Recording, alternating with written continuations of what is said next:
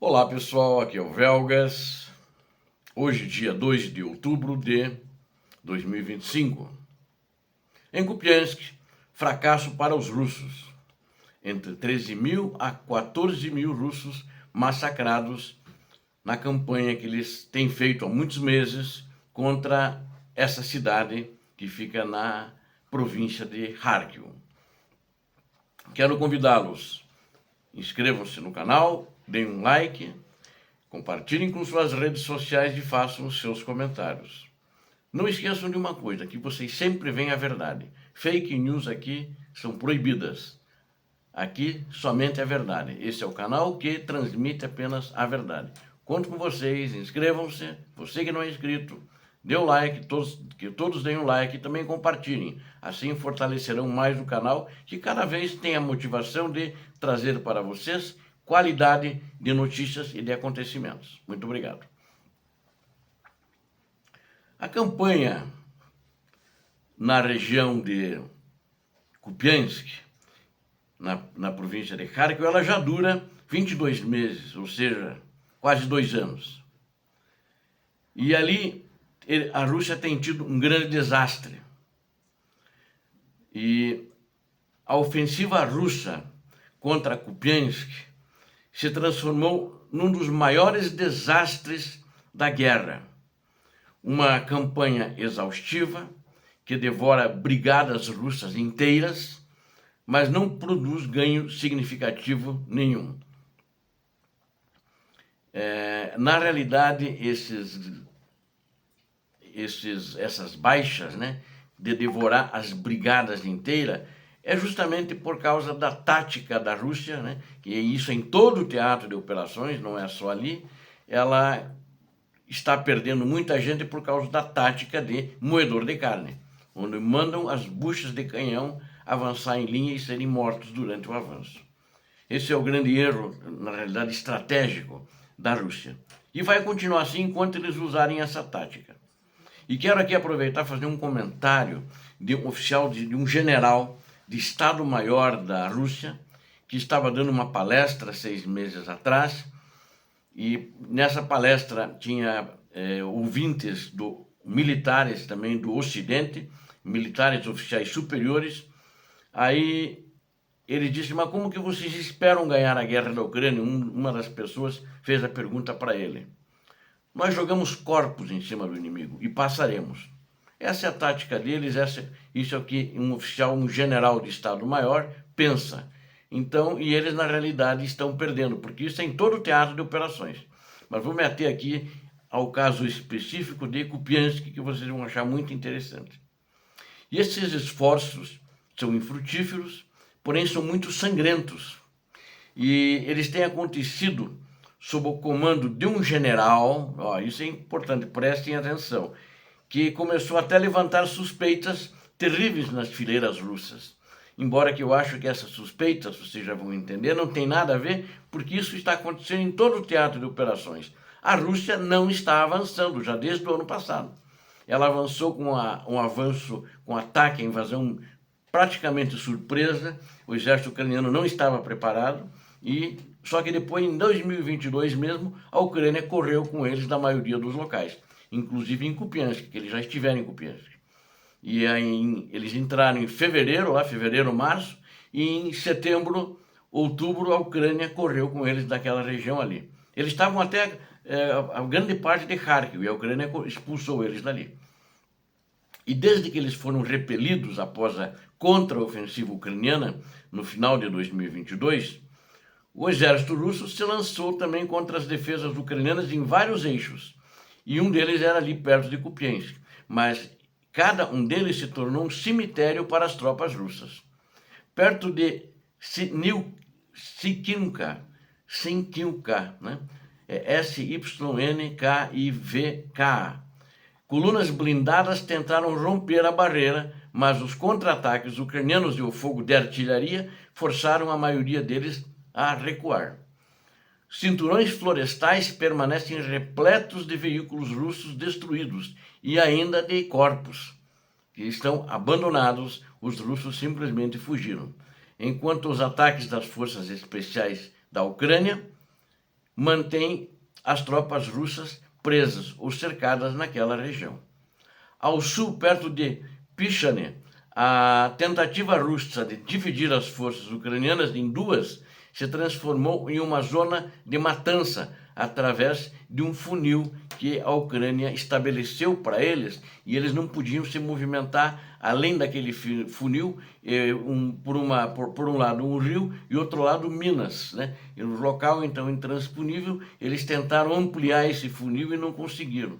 E ali eles colocaram infantaria, era um corredor estreito, e na realidade foram usar esse corredor e foram massacrados pela artilharia ucraniana e pelos drones ucranianos ali naquela região, né? E também recebendo emboscadas o tempo todo de todos os lados, ou seja, ficavam ali que nem mosca tonta ali, não sabiam para onde avançar. E todas as tentativas que eles tentaram de alargar o corredor fracassaram, deixando as unidades russas desprovidas de suprimentos, exaustas e presas fáceis. Ao norte de Kupiansk, na cabeça de ponte russa, as tropas russas capturaram Dvorichna, após meses de ataques, de desgaste, de perdas, de mortes, mas o prêmio deles acabou vazio. Veículos blindados não conseguem cruzar o rio Oskil, que eles têm que cruzar o rio para poder avançar em direção a Kupiansk. E apoiaram o avanço, e o poder de fogo ucraniano bloqueia qualquer avanço adicional.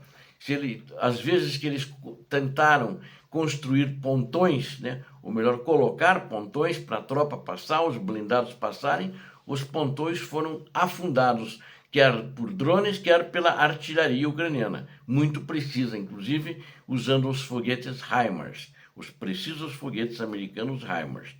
O resultado é uma cabeça de ponte estática, onde a infantaria russa é alimentada e destruída sem perspectiva de sucesso.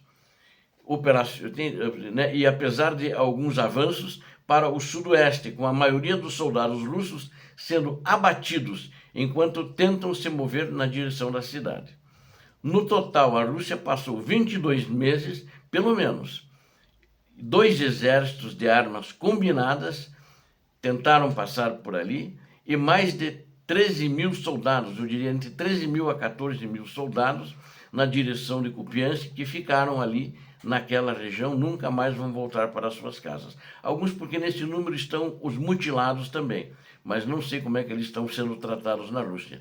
E além de sangue e cinzas, eles não conseguiram nada naquela região. Como eu diria, na grande parte do teatro de operações que está essa guerra de atrito há muito tempo. Os avanços, mesmo depois de 2022, depois da contraofensiva ucraniana, eles são muito minguados. Não tem grandes avanços, não tem grandes objetivos, cidades estratégicas tomadas.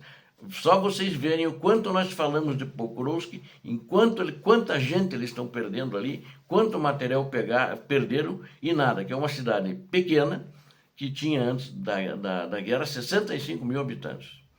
A artilharia, a aviação, não podemos esquecer da importância da aviação. E os drones ucranianos atacam não apenas as linhas de frente, e continuam atacando os centros logísticos atrás delas, com linhas de suprimento estendidas, sufocando ainda mais a ofensiva russa. O que deveria ser um avanço rápido para ameaçar a região da província de Kharkiv e eliminar a principal cabeça de ponte ucraniana a leste do rio Oskil, transformou-se em um massacre prolongado, com as baixas da Rússia aumentando a cada dia e ainda continuam aumentando. Esse desastre alimentou uma estranha especulação. Poderia o comandante russo desta ofensiva, o tenente-general Sergei Storozhenko, ser de fato o melhor espião da Ucrânia? Aí começaram a surgir boatos do lado russo sobre isso. Por que esse boato? Porque o Storozhenko já foi um oficial ucraniano. Ele foi comandante na Crimeia. Ele foi condecorado pela Ucrânia. Ele foi comandante da 36ª Brigada de Fuzileiros Navais. Mas durante a tomada russa da Crimeia, em 2014, ele desertou. E ele encorajou seus homens a entregarem as armas e se aliarem à Rússia. embora mais tarde tenha afirmado que havia simplesmente renunciado. Uma semana após o falso referendo que se seguiu, ele recebeu um passaporte russo e logo liderou uma nova brigada para os russos, né? Para o inimigo russo, diria o ucraniano, né? Em 2022, ele comandou o 35º Exército na região de Kharkiv, e que sofreu um colapso humilhante na localidade de Izium. Em vez de punição, ele foi promovido pela Rússia a tenente-general em 2023. Após encobrir vários relatórios pós-operação, ele recebeu o comando do 6º Exército Russo, que agora está sendo sangrado até a morte nos arredores de Kupiansk. Sob o comando de Storozhenko, as perdas russas são verdadeiramente catastróficas. Seu 6º Exército foi repetidamente lançado em ataques frontais que os ucranianos descrevem como ataques de carne moída sem sentido. Na realidade, não é o exército deles só. Em todo o teatro de operações, se você pegar de Kharkiv, que vai lá até Zaporizhia, né, passando por Luhansk, passando por Donetsk e passando por Kherson, até, ou melhor, por Zaporizhia e até Kherson, é tudo de carne moída os ataques. Então morre muita gente mesmo. As baixas dispararam tanto que desde o início da ofensiva de Kupiansk, os analistas russos sussurram sobre a sabotagem deliberada dele. Eu não acredito, tem que se ver isso friamente, né? Ele passou para a Rússia, decidiu ser russo, que ele ficou com a Rússia. Mas outros generais já foram afastados, ele não foi. Parece que o Putin ainda confia nele. Então eles foram afastados por incompetência no teatro de operações. Inclusive, recentemente, eu relatei o coronel-general Alexander Lapin, que foi afastado, né? Então, e já tem em toda a Rússia, pelo menos, em torno de uns 15 generais presos, né? Então, o histórico dele reforça essa suspeita. Derrotas em Izium, impasse em Kursk também, que ele esteve em Kursk, e agora um desastre completo em Kupiansk. Quer dizer, tudo houve fracassos, mas também lá no leste houve fracassos e no sul também. Os russos fracassaram em todos os lugares. Os ucranianos brincam que se ele não é um espião, ele pode muito bem ainda estar conectado ao exército ucraniano, porque é estranho para um comandante russo infligir esta quantidade de dano em suas próprias forças com tanta consistência. É o fato das baixas entre 13 a 14 mil durante o período de quase 2 anos, eles acham que deve ter algum problema, né? No geral, um general antes rotulado pelos russos como um desertor leal à Ucrânia, que estava jurado de morte por os ucranianos, agora preside uma catástrofe tão grave que os soldados russos não sabem se questionam sua competência ou lealdade. A ironia é amarga. Um homem que traiu a Ucrânia em 2014 pode ter se tornado um instrumento mais eficaz da defesa ucraniana, orquestrando derrotas russas de dentro de sua própria cadeia de comando. Isso é o que dizem as histórias no teatro de operações. A ofensiva de Kupiansk se arrasta, com a Rússia ainda tentando avançar, mas à medida que as baixas aumentam, a especulação de que o general Storozhenko seja um dos comandantes mais incompetentes da Rússia, ou o agente duplo mais bem-sucedido da Ucrânia, só aumenta, orquestrando derrotas russas de dentro de sua própria cadeia de comando. A ofensiva de Kupiansk mostra o quê?